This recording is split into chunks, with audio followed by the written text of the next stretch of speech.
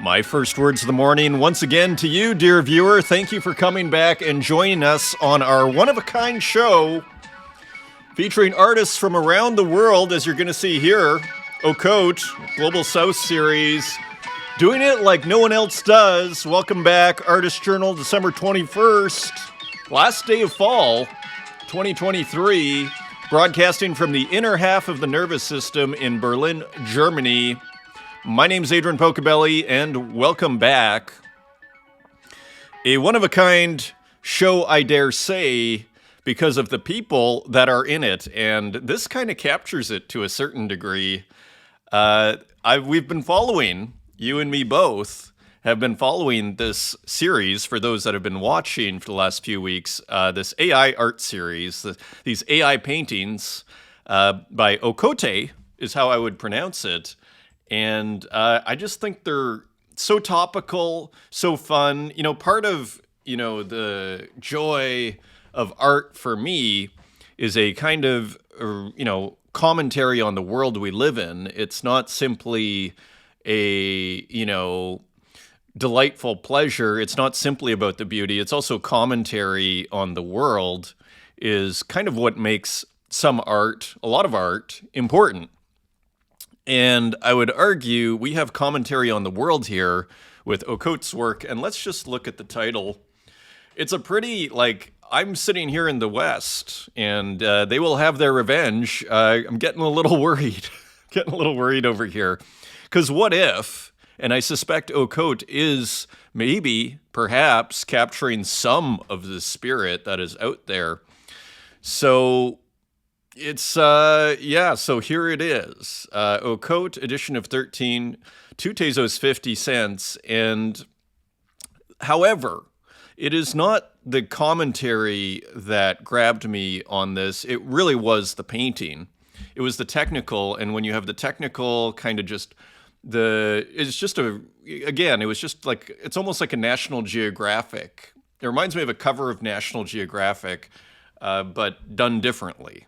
Right? But painted, even though this is AI, but painted in a AI artwork in a painterly style. And look at how great this is with these, what look like headscarves here. And even the yellow eyes of these kind of, figures here almost has a bit of a Star Wars feel to it. So pretty interesting, otherworldly a little bit, at least for us out here. And look at everybody sitting in the water. I mean, it's kind of easy to gloss over this work here, this painting. It's easy to gloss over how unusual it is. Here everybody is sitting, or this group of people are sitting in the middle of a lake, seemingly, which makes you wonder just what on earth is going on here. And the reflection, interestingly, pretty well done. I mean, it looks like a painting, doesn't it? And for all intents and purposes, it is. They will have their revenge in the water that is the mother and the world. The moon inhabits their heart. Indignation fuels their spirit. They wait patiently. They will have their revenge. Ocote, edition of 13. How is it doing? 10 left. And so many interesting, and one sent to the Global South Art Initiative, which I've never heard of before. Maybe we'll open that up, since that is kind of here it is. So, and maybe globalsouth.tez. So interesting. Maybe related to Ocote, because we see 3 other works there, as well as the same title of the series. So, and this is Ocote's page here, Mexico City-based visual artist and social psychologist, public space intervention, street art, and digital crafts. So here you are, and we've looked at a few of these. There's a couple of Tez polls. We have looked at a few of these. They were eye catchers from the very beginning, and very, I'd say, original in their concept and execution, and really nicely executed. I mean, this one really does leap off the page, doesn't it? Kind of, because we've seen a lot of these warm colors in the other ones. This is interesting what's going on here. It really did kind of, go in a slightly different direction painterly. bit of a National Geographic direction, I'd be tempted to say, for lack of a better term. So all to say, it's a beautiful work by Ocote and pretty original and interesting, with a good dose of ambiguity in it, as far as them sitting in the middle of this lake and the interesting eyes, and even the garb or the clothing is interesting, trying to place it there. So very interesting work from Ocote, as usual, continuing to develop that super interesting topical series. So big shout out and thanks to everybody who showed up here to the mech.txt Loving Type group exhibition. A fabulous, let me see if we can get, here we go, a fabulous a description of the Loving Type show.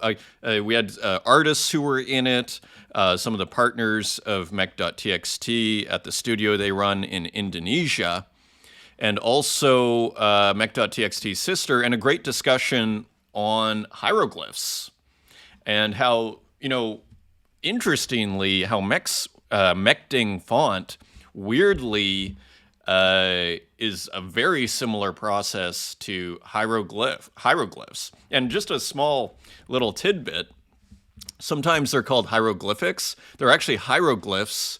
And I think if you were to describe something as being hieroglyphic, but it's actually hieroglyphs, they're not hieroglyphics. Just a little tidbit there.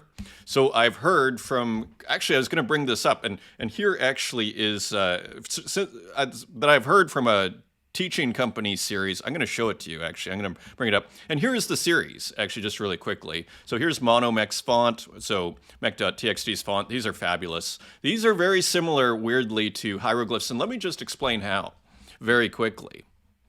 So Mech has basically made a font where instead of it showing a letter, when you type the letter F on the keyboard, it shows, let's say, this O, right? And then so Mech will then put in a poem, and then it turns out there will be a different image for each letter.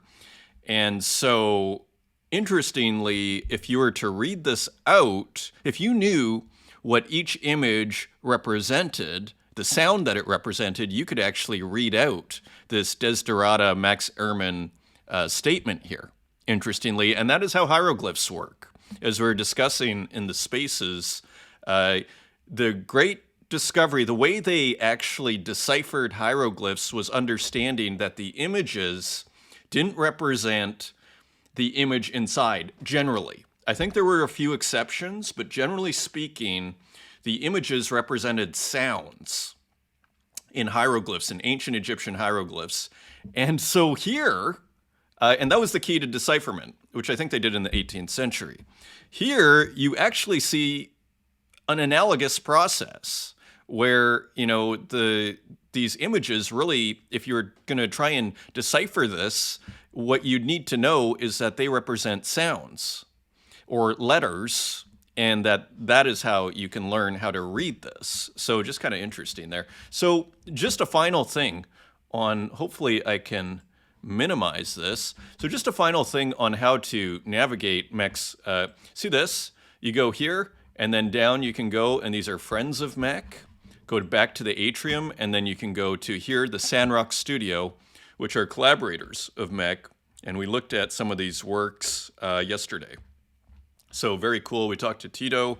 We talked to, this is Tiffany Alexandra, is Mech's sister. And we also talked to Sandy Piruzzi here, Eat, Sleep, Study, Repeat. So that was a great discussion, and thank you everybody for attending. And thank you, Scamra, Pocobelli in the Study with a Laptop. I thought this was a really, I love this work, Scamra, so thank you very much. I thought it was a very poetic, original. I just loved the work. A beautiful addition to this room in my mind with all of these kind of works here that we've seen, the Pocobelli works, Pocobelli portraits, so to speak. And I love this. There you almost have the bookshelf in the background there. Pocobelli in the Study. I loved it. Again, using AI and the stable diffusion and diffuser textual inversions. And thank you for sending me one. Great piece. And so comments on yesterday's show. First of all, thank you, B, for enjoying the hash. If I had, let me actually so B was complimenting the show. Oh, just a quarter through, and distrust the institutions, build your own measure of success. The work of art in the age of digital reproduction loses its aura when printed. And I love the interpretations, actually, of what's going on here. But, you know, if I had thought of this, I probably would have called last show #ArtShows. That is a great term. That, you know, which I never said. Like, yeah, so that is great. A great synthesis of what we're discussing is what I'm trying to say here. And continuing on, Kika Nicolela, thank you for the comments. Tornado, Chaz. This is a great comment here. Or a very, and again, forgive the hair, forgive everything today, my friends. Chaz, you're creating an environment that allows the artist to explode with creativity. I mean, I can't think of a more wonderful thing for this show to be doing. It is completely unintentional. I think. Not sure, as Ballard says, unconscious assignments run our lives, you know, so who knows if you dig down deep enough. But all to say, a wonderful comment here from Chaz. Thank you. I'm glad to hear, is how I put it. As I said here, glad to hear, Chaz. Lucas Ox, thank you. And thank you, Chrome. And this is important. Bigfoot or Sasquatch is what I was trying to remember. The word I was trying to remember there. And I think Albert Hoffman, Humphrey Osmond, is it Albert? Albert or Humphrey Osmond and Albert Hoffman. Albert Hoffman was because of course Humphrey Osmond was the guy who actually moved from London to Saskatchewan. Actually, that's why I'm confusing the two. And then there was another guy, Hoffer, who actually collaborated with Humphrey Osmond. They started with mescaline, actually, in England. There was too much heat on Humphrey Osmond, so he moved to the middle of nowhere, Saskatchewan, to continue his psychedelic research in the 50s, where they actually had a huge impact on what were thought to be incurable alcoholics at the time. Something like 80%, at least for the first 6 months, cure rate, which was unheard of, and they're just starting to rediscover that now. So well ahead of their time here. Anyway, way off topic here. Rural Idol, great to have you back, Adrian. Your thoughts about the 20-minute mark in dialogue with Popple are spot on. I think that was the part where we're discussing Unprintable and the Whitney, perhaps. Our need for here it is. Our need for acceptance, status, approval can feel so retrograde. Right, exactly. You have a deft knack for conveying what I think many of us feel with such a light touch. Thank you. Yeah, it's good to not, just on that note, it's good to never take things overly too seriously or take oneself too seriously. So I appreciate that light touch and everything there. So welcome back, journalist, artist, reporter. Mo, cool t-shirt. Thanks. That was my brother actually gave that to me. Gons, the myth, indeed. And Tristan, the myth. Cool piece. Absolutely. And here, Popple left a comment actually on the show before that I wanted to hit here. Yes, everyone's wallet is their storage, and everyone's phone is their gallery. Making unprintable art is making art for the future that we are in already, but not realizing it as much. So, interesting. Like, we're all trying to solve this problem of how do we display digital art. There's no great way to display digital art. Maybe we already have our way of displaying digital art, and it's how we experience it right now, on our screens, on our phone, as Popple would say, or I'd argue maybe on your desktop or laptop computer or iPad, right? It's how we already see it. I mean, very interesting thought. Let's look at the comments on YouTube quickly here, and here we go. Hey, Adrian, great to see you back and bringing the passion. This is Kelly Burns. Thanks for the mention of Lil Cakes, one of one, also Sasquatch and Albert Hoffman. Thank you. It is Albert Hoffman. McRenders, much love. Everything in the Don't Pull the Cartridge so far is gathered from physical cartridge tampering, which I think lends itself to some more of the textures you mentioned. So good to know. I thought maybe there was like a video layer, kind of a glitch video processing layer on those pieces, all from the physical cartridge tampering. Impressive, Mick. Very cool series. Great textures in there. Skamra, excited that you showed Haru Komoda's work. He and Keiko Kitahara are worth the follow. Great show. Thank you for the tip, Skamra. And the comment. The video was This, I think, is maybe well, I was going to say spam, but maybe not. The video was so eye-popping. Thank you for sharing. You're welcome. Sulkian, thank you. Great to hear from you. And good morning, Santiago Isacotl. Great to hear from you as well. And there was one comment here from Runte that we also, from the show before, a lot of talk about crypto in this episode, and I find that interesting. You make the comparison of crypto transactions to banking transactions, and you're totally right. I would be furious with my bank if I got any of the difficulties and fees I get with ETH transactions. I have quite a few works ready to mint, and while I'd love to mint them on ETH, there are endless headaches involved. It's no wonder that Sol and Polygon have taken off recently. Exactly. Sol especially is on fire right now, and the transaction fees are minimal. I don't think the speed bothers people so much on ETH, but it's the fees. It's kind of a Walmart, why pay more? Like, this is a real Achilles heel for ETH that they keep, again, I already mentioned this, they keep saying they're going to fix it. On the next upgrade, and they keep and then you still see, I was making a crypto trade this morning and it was like $40. It's $40. And I was thinking to myself, is that all the profit that I made on this crypto? Did I just give to ETH fees? So all to say, yeah, totally agree. Now, Chepke had asked a couple of days ago, and I almost forgot, had asked about the works I had made that took me a year on average. What I'd do is I'd work on these two works here, and they'd take me 2 years. So they'd be a year each on average. And then I said the story about how, I did that for 3 years, making 6 works when I was in Toronto. And then after that, I just frustrated with the slow progress. I decided to make a work in a night, and then I ended up liking that almost as much as the others. And in retrospect, I think I like it more, as you'll see in a second here. So these are the works I worked so long on. Kind of madness to a certain degree. This was Tamar's and the Stars, What If 2012 Never Happened? And this was finished, I think, in 2012. And this was kind of a homage, in a sense, to Terence McKenna to a certain degree, and the whole Mayan calendar. And Terence was basically saying, the great psychedelic philosopher, mushroom philosopher of the 1990s, and he was saying, of course, that he had all this, the time wave novelty theory and time wave zero and all, which hasn't held up, but a beautiful, what I'd call pataphysical theory.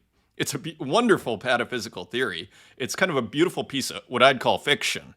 It was a brilliant piece of fiction. The novelty time wave zero theory, which is this idea that information in the universe, if I was to try and summarize here on the spot, information in the universe gets more and more complex over time, and that ultimately it reaches a kind of singularity of sorts, and where a kind of omega point where you pass through, what do you call it? The archon, there's the origin and the arche and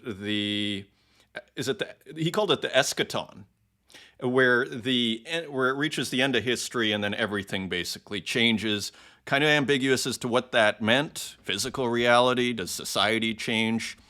And he grounded that in Alfred North Whitehead, hilariously, I would add, in this idea that culture has fits and starts of habit and novelty. So the Renaissance, on his graph that he would point out, would show novelty at the Renaissance, or, newness, right? And then, then the culture goes, and then it gets more habit, and things stay the same, and all of a sudden you have something like the internet, and boom, right? And maybe AI, boom, boom, boom, right? So habit and novelty. So just as a way of looking at history, I think it's brilliant, and I actually think it's useful.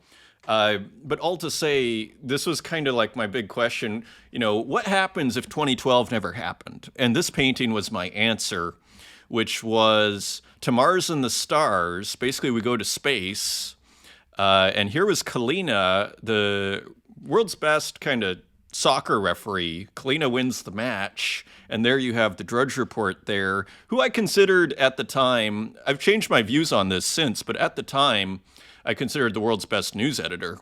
He was at the time. I don't know who runs the Drudge Report anymore, if it even is. But anyway, let's not get lost on that. And a grand stadium here, and a kind of Hakusai-like wave, and this kind of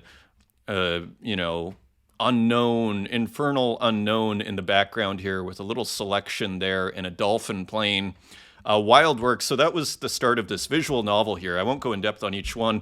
This is visual analysis. I was big into the financial theme early on, as you can see here. That's what James Dines called technical analysis, one of the original newsletter writers. And here, you kind of have the elements of someone's life here, a marriage with the Financial Times pink in the background there. And then here you have kind of major commodities that this person needs: oil, maybe something to build their house, cattle, wheat. And then here is the gold chart, so finance, mirroring the heartbeat. So, and all in the form of a website. And here, kind of reduced to advertising. And this is actually the ads. This is from an ad that I actually made for the graphic designer. And what did this mean? This is a hieroglyph, actually, and I believe when you have the circle around, that's when it's for the emperor. And I think this is ancient Egyptian for love. And then we have when you have the circle around, I think you call it, is it the Khartoum? That you put around, whenever you see hieroglyphs and there's a circle around, that's the pharaoh's name. I think you call that the Khartoum, if I'm not mistaken. And then at the top, you have the Photoshop menu. So you see, and here's James Dines, actually, that newsletter writer I was telling you about. You have to look wrong to be right. And again, here are the 4 elements of Dines's investment philosophy, fundamentals. So I have a table of the elements, the mass psychology, so the mass media here, the crowd, technical analysis or visual analysis, as he called it here. And then here was inner baggage, which I decided to portray as someone wanting the classic dream. And one of Dine's famous, is it an aphorism? You have to look wrong to be right, writing down his statement. So all to say, so I did 4 of these. And finally, this is dynamic noetic objects, kind of a psychedelic painting here. And kind of a vision in a dream, as Coleridge would say. Gillette here. And there's some kind of dynamic noetic object, as I like to call it here. And finally, the Threads of Fate. So this was going to be a 12-part visual novel. And this is based on Plinko, actually, from The Price is Right. How do you portray fate? And I decided, it took me a while. I worked on these for months, like a year, actually 2 years, these 2 works, basically whenever I wasn't working in the office. And here, the elements of someone's life at the office, the parents, at school, at work, first kiss, all this sort of thing. The Threads of Fate, kind of a medieval vibe. So all to say, so I was working on these forever. And then this is the work I did in a night, which is hilarious. So then I did this work in a night, which was just me taking my projector. And what I did here was, and this is oil on canvas. And what I did is I took some screenshots that I had and put up my projector. And it's a very fun way of working, actually, where I put a layer of what was a space structure, that space photography. That's where you get the rectangles from. And I never even filled it in. I just put it, just working quickly, which is part of the magic. Then this is from a Shakespeare book, this thing. And so I projected that on top. And then I think that's most of it. And I may have even just added this as a decorative element on top. And then here were some numbers that I think I don't think I did it in the morning. I think I did it that night. Maybe I did it in the morning. All to say, it was done within 12 hours. And there, look at this. See the signature there? I screwed it up the first time, so then I painted over it, and then I did it again. But then it makes this beautiful kind of color here. So working fast is interesting. So, when I looked at this morning, of course, I haven't looked at this in years. I was like, I think I like this one way better than the other work. So anyway, thank you, Chepke, for asking. But there's a power to working fast, right? I mean, this is much more, I find, engaging for the eyes, right? Anyway, enough of that. Let's get to the talk of the day here. Mal Art Collector. Why Solana? What happened to Tezos for NFTs? So there's been a lot of talk of Solana versus Tezos, so I kind of wanted to weigh in here on the record. Solana has swiftly overtaken Tezos in the NFT market. Very debatable. It depends in what way. In terms of financially, probably, especially now. Once a domain where Tezos shined, the NFT landscape is now increasingly dominated by Solana. So I think this is a very debatable situation, and I'll tell you why in a second. And you can agree or disagree with me. This shift raises question about Tezos, about what Tezos may have missed and how Solana capitalized on these gaps. So you're seeing a lot of artists are minting on Solana right now, but I think artists are just doing what artists should do, which is trying to capitalize on the situation. In other words, what is going on? So Solana has gone up. Why are artists going to Solana? Solana has gone up from, say, $16, maybe 8 months ago, a year ago, to $80 now, $85, whatever it is. So Solana's gone up enormously.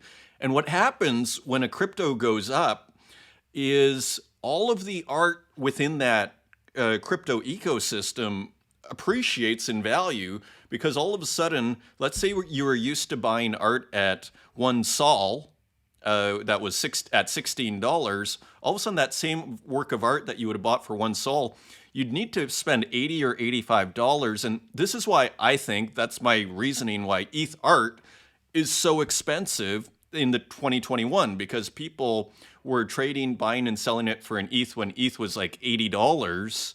And then that price structure was stuck to the crypto more than to the fiat value. So what you all of a sudden had was, when ETH was at $4,000 or $5,000 a coin, for lack of a better term, the art appreciated alongside of it. So all of a sudden people were spending 500 ETH, but all of a sudden that turned into, what is that? Like $2 million at the height, right? So all to say, I think that's what's going on with the artists. I don't think it has anything other, like, as far my interpretation, and feel free to disagree out there and leave me a comment. I'll happily read it. And maybe I'm wrong, but I think that's the main impetus behind artists going. And I've long advocated here that artists should be multi-chain for this, because maybe this person is right? Like if Mal is right, then artists should be diversified. And again, as I always say, blockchains come and go. So you really don't want to have your eggs all in one basket here. So let's just continue. Solana's meteoric rise is largely attributed to its lightning-fast transaction speed and minimal cost. So I think here, regarding Runte and ETH costs, and I've heard a couple of artists mention having a series ready for ETH but not wanting to mint it.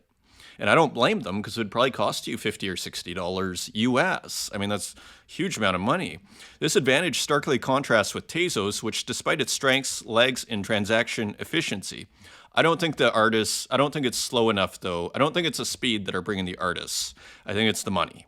A critical area Tezos needs to address. Then there's the marketing, that Solana is marketing strong. Tezos seems to be outmaneuvered. That might be fair enough. Solana's success is its user-friendly ecosystem, making it accessible to a broader audience. Tezos, that's possible.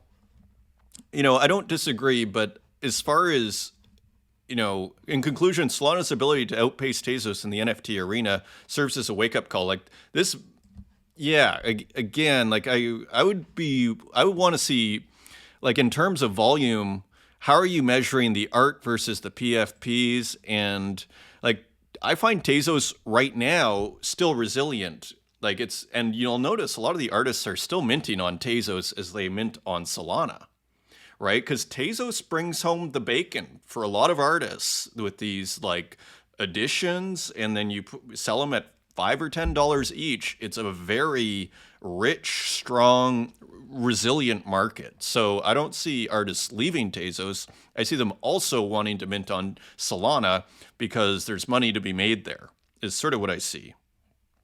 Let's continue here. Ryan from Taya.cafe. Tezos artists doing work on Sol is what musicians call a wedding gig. It's a time of great hype where a lot of cash gets thrown around, usually for no good reason, so they take those gigs playing music that nobody even really listens to in order to pay the bills. Musicians need to eat too. Now, I agree with the side of it being about the money here, but I don't think I think it's unfair to Solana and really to the Solana to that ecosystem to say it's like a wedding gig in the sense that, because that's kind of a pejorative. It's sort of like it's just a wedding gig. It doesn't mean anything. It's not about the art and liking that gig. It's about kind of bringing home the bacon so you can continue to do your real art on the side. But of course, this is not what they want to be doing. They usually have a separate space to do the types of music they really want. And so I think this is like the opposite extreme, and I disagree. I think Solana for artists, it's always been a kind of a nice ecosystem. It was pretty quiet about a year ago, so, artists go where the collectors are too, and they're just being pragmatic. And I think it's all about financial motivation. And I think artists like Tezos and the whole community, absolutely, but there's a community on Sol too, as far as I understand, of course, right? So, but of course, it's not what they want to be doing. They usually have a separate space to do the types of music they really want, which are usually found in the indie and underground scenes of the art districts of various cities and the globe. That's what Tezos is right now for a lot of artists out there. It's the place they keep on coming back to so they can be themselves. I think it's the place to be, at the core, to be Walmart about it. It's the place they keep coming back to because it keeps paying them. That is my take on it. If Tezos stopped paying out, if the collectors disappeared, if all of a sudden there wasn't that resilience that I was just describing, I'm not sure they would stick around. I think then they might go to Solana if that's where all of a sudden the collectors were. So I think that is my take on this. So we can't read all of this, but it was a very interesting post. And I think it's an interesting kind of topic. Kika also weighed in. I find the whole fight between chains a bit silly because we need to join forces in order to show the world the potential of Web3. Artists have always needed to diversify to survive. I think the point I'm making here.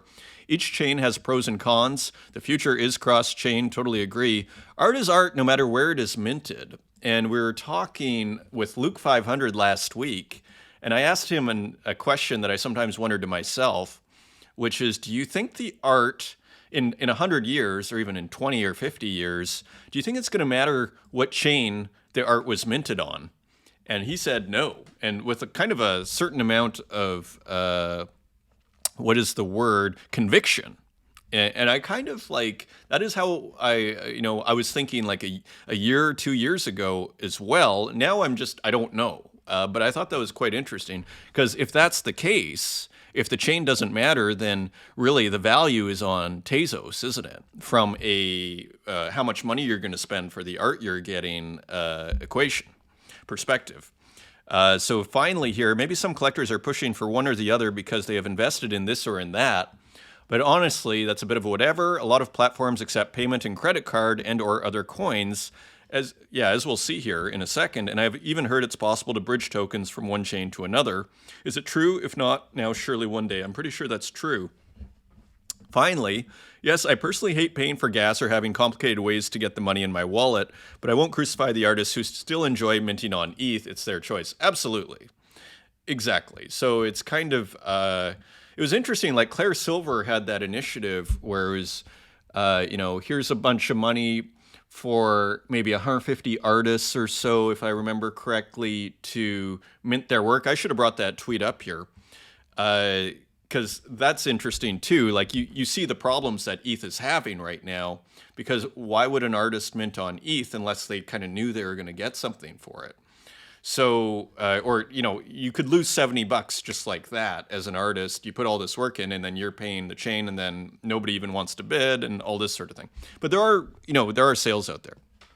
Magic Eden. We're thrilled to see Phantom, so the Phantom wallet that is popular on Solana, join us in the growing BTC Bitcoin community and build a stronger ecosystem. Congrats. So Phantom, Bitcoin on Phantom, you can now buy, sell, trade, transfer, and hodl Bitcoin, ordinals, and BRC20s with your favorite multi-chain wallet. Here's what to love. So how cool is that? So let's just cancel that. And this is also, so OKX we saw, I think, in the last episode or the one before, how it was OKX that was doing the great majority of the ordinals trading, interestingly, the NFTs, so to speak, on Bitcoin. And so here is OKX, and I never looked it up. I think it's a Korean exchange, if I'm not mistaken. I could be wrong about that. Bitmaps, so this and the bitmaps on ordinals, to my understanding, this is like a metaverse of sorts, and these are starting to go up quite a bit, 0.007 Bitcoin. So that sounds like about $800 or $900. So these are going up. They have the most volume. Bitcoin Frogs, Fuzzy Fox, Bitcoin Punks. So you see what's going on here. So here's the market on OKX, which I thought was just a trading platform. It is, but they put a ordinals marketplace smartly. And here, finally, Zora, you no longer need to bridge across chains to mint what you love on Zora. Simply choose which network to pay from, click mint, and enjoy. So as you'll see here, you hit mint, and then you choose your chain. I mean, how impressive is that? So you could use Optimism, or Zora, or you name it. So, or ETH, or whatnot. So interesting developments here. This was really cool. Actually, I got some of these. I think my internet is having issues here, but we don't have time. Yeah, unfortunately, the internet is having issues. I got this too. I was going to bring it up. Uxine on. I'm going to bridge to my phone very quickly here. Just give me a second. Uxine on ArtCrush, and here's an Uxine physical. As I turn on, let me see if I can just. There we go. So I have figured out how to do this on the fly, which is go to my phone for internet. And even here, now let's do this. Okay. Now let's go back, and we should be able to reload. Here it is. Okay. We are back in business, my friends. Okay, Uxine with ArtCrush Gallery. Actually, I got sent this too over the holidays. This is awesome. So I'll show mine as well. Uxine's work here on the side of what looks like a bus shelter here, and also in the world. So how cool is that? And even in what looks like a train station here. I think this is in Brussels or around maybe Belgium. Very cool. Love to see God AFK on display. Thank you, ArtCrush Gallery. So yeah, big shout out to ArtCrush as well. I'll show mine maybe next show. And here, let's just reload this here. Is the Uxine physicals that we're just looking at. So kind of mysterious here. It looks like a woodcut, doesn't it? And a skull. It looks like a woodcut. And then you have an Uxine sticker in there. So similar to Rada there, sending some stickers. So just very cool little package in a Ziploc. This is maybe a certificate of authenticity, not sure. And you can see for scale there, a 10 euro note. So very cool.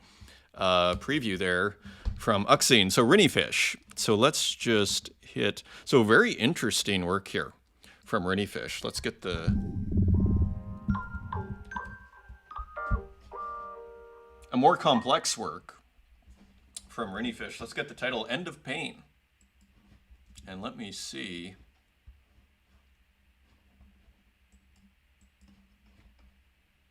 It's the. We can't, there is no time to restart this program today. And so let's just see if we can do it. But anyway, a great piece here by Renish. Kind of, seems like stretching out a little bit, trying different things with figures inside this larger animal here. And here are figures at the bottom. Really doing some interesting experimentation here. End of Pain. And this is from December 20th, 2023, and this is on Object, minted on Taya. Very cool there, and of course you remember the screensaver. So as you can see, a bit more of a complex work here from Renish. Interesting to see. Lots of work coming out, which is awesome, creating the bugs. Nov 1914 with a pretty interesting work, Arbol de Limones, so maybe that's lemon tree. And here, I assume is the lemon tree and almost a princess figure or a queen with a crown. And here, maybe a plant of sorts. So another just kind of interesting, ambiguous, mysterious work from Nov 1914. Super original, a one of one. And this sold, Let's see, still 11 Tezos to 1 of 1. Big shout out to 1 of 1 as well. Zoxo, Cycle of Life. This was another interesting work here. Interesting contrast with these kind of hard angles and water, which is anything but hard angles. So interesting rendition of the water too, as these gradients. Just really interesting piece here. Kind of circular too, in that it seems to be going up here and going back to the back, up, and then down. What is the title? Cycle Life, Escher Revisited. Very interesting. Edition of 20 for 3 Tezos. Here's Elna Frederick, who you probably recognize the style here. And, you know, this kind of cycling optical illusion, and really nicely done here with this epic tug of war with people already falling off the cliff here. The winner take all tug of war here. Jury plaque. So kind of an interesting, ambiguous title. And let's just see what these sell for. 2 sold for 50 Tezos each. So nice sales here from Elna Frederick. Continuing on, Jan. This was pretty interesting. This is, I believe, Onchain. This is on Super Rare, and I'd never seen this artist's work before. Get something out of your system. It's called Onchain Architecture, so I'm pretty sure this is on-chain work, and as you can see, there's not much. Usually on-chain work is pretty simple, so to speak, and here it is. So really nice abstracts is how I would describe this. Here's another one. So we let everything load here. OCA number 2, Onchain Architecture number 2. So really nice color scheme here too, and almost like this Tron-like grid. And let's check out the last one here. And here is the last one. So very interesting, cool landscapes, for lack of a better term, from Jan on Super Rare. So very cool on-chain art. I couldn't see how big this was from the metadata. There was no metadata, which probably echoes the on-chain nature of the works. Dylan, Philosophia, love, wisdom in Greek. And so separating the words here, the love, philosophy, of course, meaning the love of wisdom. And here, another just beautiful abstract, I think a digital abstract, especially when you see right here, that sharp line here, as well as here. But here it's more blurred out, and here you see kind of this influence of the physical world, even though it looks digital, and kind of, you know, with influence from the physical world here, as we can see in the paper textures here, and even in the treatment of the 1 of 1 and the writing on the print as you would a physical print, and then these brushes that are maybe done in Procreate, if I had to guess. And again, kind of a woodcut feeling here, and minimal color, so cool concept and cool execution from Dylan. A 1 of 1 for only 15 Tezos. Haiti Rocket Interconnection. So looking like it's designed for a TV screen, perhaps, and more abstract work from Haiti Rocket. Cool colors, and again, making it look easy. Amiga 1200, cool title. Amiga 1200 and Photoshop. And probably not available anymore since I loaded up this. Shall we check quickly? Usually these go off the market pretty quickly. And maybe the internet is going to protest too much here. Let's keep moving here. Oh, is it going to show up? We're not going to try this experiment again. It is still available for 37 Tezos. Okay, so this may have just been minted. 5 left. Figments, also known as Captain. AGE, Astral Grid Emulator. So a cool abstract here from Figments, and you gotta love inside that sphere there. That is going for 15 Tezos, edition of 7. There are 5 left, so nice sales here at 15 Tezos each, 2 to not a number. And here's another one by Figments, Plant Lab 002. So almost doing a bit of an office idea here, almost combining the plants. You know, Cap'n is also plants, or Figments is also known as plants. And so starting to combine the plants with the computers, and all of a sudden you're in an office when you start to do that. Look at, again, these horizontal pixel lines are just delightful here. And even here in the background, this window with what look like curtains and maybe a mountain and a moon in the background with some clouds, static, you know, contrasting with all of the movement here in the work. Totally awesome. 12 Tezos. Is that on primary? It is. On primary, there are 10 left. Edition of 16. And here is Manadal, 2 of Pentacles. Nice addition to the Cat Tarot series. Pretty hilarious, actually, on the unicycle, of all things. And then balancing these 2 stars here with a ship in the background and a bird and a cat also looking on there. Nice piece. And that is 6 Tezos, and there are 8 left. And this is an edition of 10. I'm not sure if there are that many left still. Bom Battle, retrospective, edition of 20. This may have just been minted here. Not listed yet, but probably listed by the time you see this. So some retro computers. You see some 3.5-inch disk drives here. And there is our popular character from Bom Battle's work. Again, 8-bit retro, 8-bit nostalgic colors reminiscent of 8-bit games. Retrospectiva. Be maybe a cool title for a show. A couple of works by Hrbo Waffle here. Let me make them big on Zora. They're almost impossible to get. They mint start at 17 hours ago, and it'll be like within 30 minutes, the mint will be over. So true love will find you in the end. So I've been missing all of these, unfortunately, even when I think I'm early. Look at this and this great margin around here. So anyways, very fun, cool works here. This one's a little gory, but still great. Haya by also Hrbo Waffle. As you see, mint started 17 hours ago. Most recent mint was 17 hours ago. Now you got to go on OpenSea and get it on secondary. So great textures and everything here. It's just always fun, delightful, makes it look so easy. Kurt Hustle Collective, Paris Renegades, Ratty Ray Ronson, Legris. So a new trading card here from Kurt Hustle Collective, 1997 World Series. That is hilarious. I feel like I remember this trading card series with the Gradient.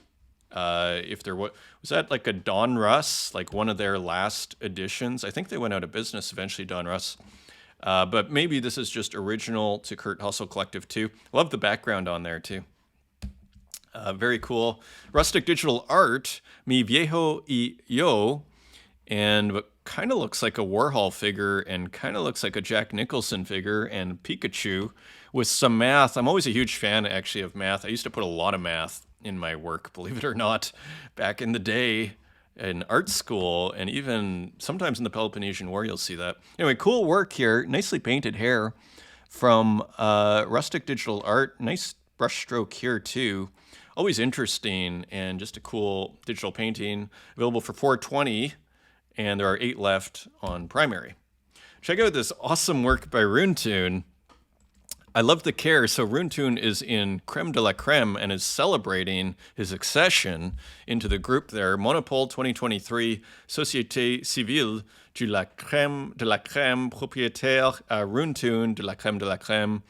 Appellation Runte contrôlée. So just hilarious. I'm not sure if these are available to buy. I thought just a really cool work. Edition of 86.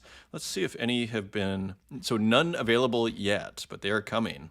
Really cool work. Burka Byram, Gojira, known as Godzilla in the West, is an iconic figure in Japanese pop culture and global cinema, portrayed as a prehistoric reptilian monster awakened and empowered by nuclear radiation. So this is part of an exhibition at Aurora Sushi Bar in Istanbul. So a cool, of course, Burka is from Turkey.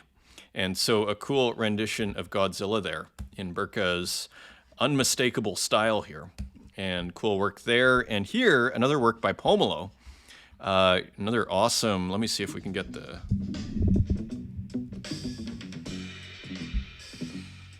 Christmas came early. It feels like the weekend came early with this music.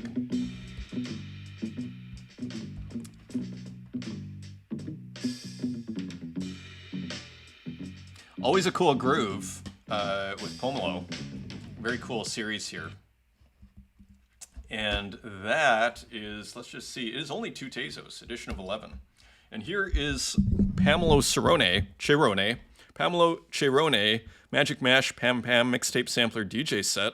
Look at how great that is. 19th of December.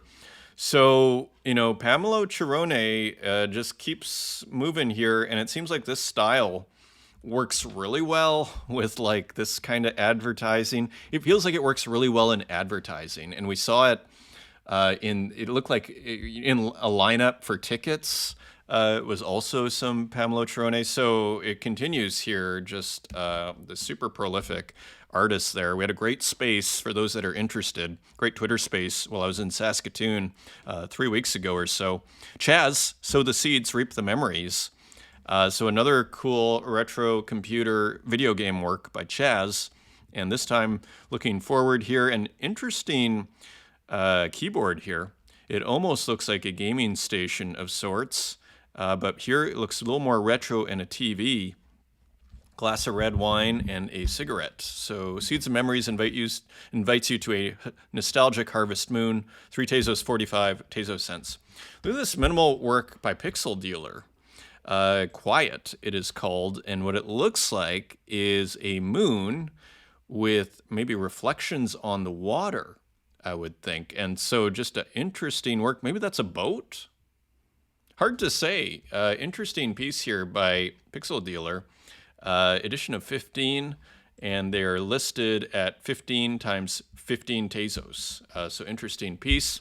KF with a little more work with the tiles. We're all a little flicker of matter. So I thought a really interesting take. So it looks like it's based... Today's pixel art exercise is based on North American Pelican Nebulae. So based on this, shot of outer space, and then taking a very simple tiling that you can do in Ace right now, as we're seeing Kyle do with Ultima 4 tiling, and applying that here. A really cool, interesting concept here. And there's kind of a natural contrast there as well, going from these kind of like tiny little stars, but using these big kind of tiling, these big blocks.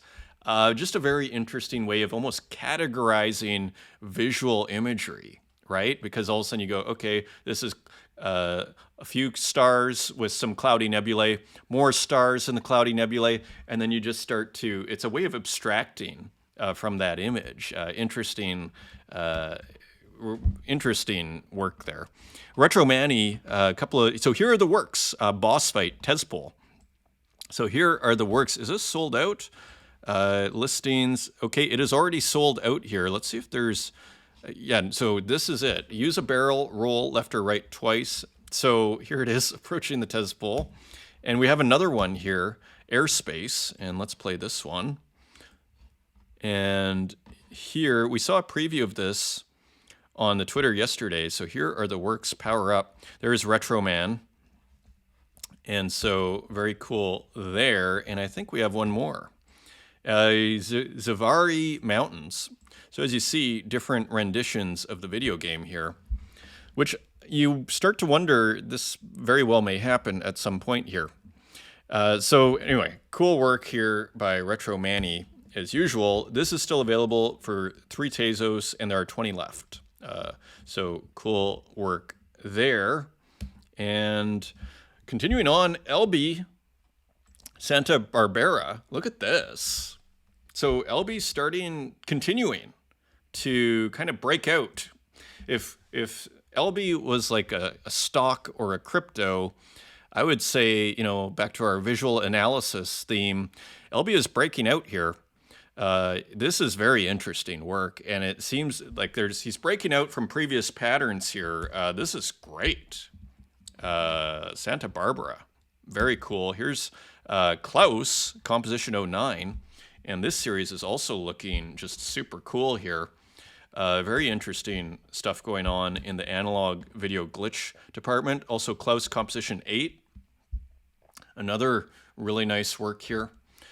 So these are one of ones, by the way, and let's just see what they're selling for. Only 12 Tezos, to not a number here, and here's Skull Takes. So great deals here for these one of ones. Sean Luke, edition of 7, and I think these are going for 150 Tezos each. And here we go, no title, as far as I could tell, or at least maybe icons for a title. And just a really cool abstract work here with what looks like maybe a speaker, perhaps, that is turning, and some abstract rainbow lines moving through the frame. Instantly recognizable as Sean Luke. And so is this sold out 2, 4, 5? Pretty much for all intents and purposes. No more listed, let's put it that way. Renki Hyogo. So another cool animated abstract from Renki, and this is an edition of 1. So let's just see what happened here. So not listed yet, and continuing on, Rano DD Crew. So that seems to be the name of this arcade game here. And as you can see, brilliantly putting palm trees in the background just to make the image that much cooler. And you see the joysticks on this arcade game kind of deconstructing, for lack of a better word, even though that's not really the right use of the term, but we're not going to worry about that today. Readermachine.exe. So a couple of GLBs here. Look at this. This is Ivan Hugo. Look at this. So interesting. Looks like an old Game Boy, but with a battery on the side. Kind of almost like a steampunk, without the Victorian theme, but almost like a steampunk Game Boy, right? And then here you have a little screen or interface. It looks like a steampunk Game Boy is actually what this is. But I don't see, but not directly steampunk. So anyway, cool work. 4 Tezos, 20 cents. That is still 4 left on primary. And we have another work here. This is Muji with Inton. Kind of a similar idea. Wonder if there's some sort of festival going on here. Kind of like a Game Boy here as well, but a little bit different. And there's Muji's work inside of it. That is pretty cool in the screen. Great concept. And again, kind of steampunk. And I don't see steampunk mentioned anywhere here, but kind of the same idea, isn't it? This is an edition of 20 for 10 Tezos each. There are 8 left. And continuing on, Kuhei Yamashita. And so here, another GLB, which is pretty interesting, with a heart where the pupil is, and kind of reminiscent of some sort of ancient Egyptian statue fragment here is a GLB, and again, an emoji in the eye. Little Cakes with some interesting works here, 30 Tezos, 1 of 1. The whole series is pretty kind of, I don't know if gory is the right word, maybe. Satisfying hunger on the go. It's edgy, let's call it that way. Happy Meal 5, and here you can see others here. We're going to bring up a few. Happy Meal 2, Satisfying Hunger on the Go. So again, kind of gory, edgy works here of people eating in cars, but almost looking like blood at the same time. Happy Meal 3 and Happy Meal 4. So pretty hilarious work by Little Cakes. Of course, these are AI artworks, and this was sold to No Hygiene, who does, or transferred to No Hygiene, who does very experimental AI art as well. Here's Happy Meal 6. Eating what looked like a popsicle here, but maybe is turning into a mouth with teeth. And here we see someone kind of crunched on the top here, so very edgy work here. Finally, Happy Meal 1 by Little Cakes. So pretty cool. Available for 30 Tezos on primary. Here is Richard Nadler. The day has finally come. I'm so happy that we will unleash the waves and wonderful Izanami Islands artworks today at 4. It's an absolute honor and pleasure to share that moment with you. So it has finally come. These almost like the Hokusai wave inspired works, but there's more to it than that. They are actually island works, as you can see. There's a lot of the waves, but there's also just island works here. And this is Verse, which of course has a very nice website here. So as you'll see, if this loads up, so this is AI here as well. So just doing the islands here too, this is great. Kind of reminds me of a Rousseau a little bit. Here are some other waves by Richard Nadler. And so just cool series here from Der Nadler on Verse, which has been doing some nice work. Look at that. So great color, AI artwork, really textured, almost three-dimensional. Again, a landscape from an island. And just cool work here. Another take on the wave. And I think we have one more here. So cool work. What are these selling for? Auction 1, 1.44 Tez. So doing, or ETH. So $3,000. So doing very well. That is impressive. Auction 1 by OXS. Wow. So these have done phenomenally. This also went for 1.44 ETH. That is impressive. So making a killing.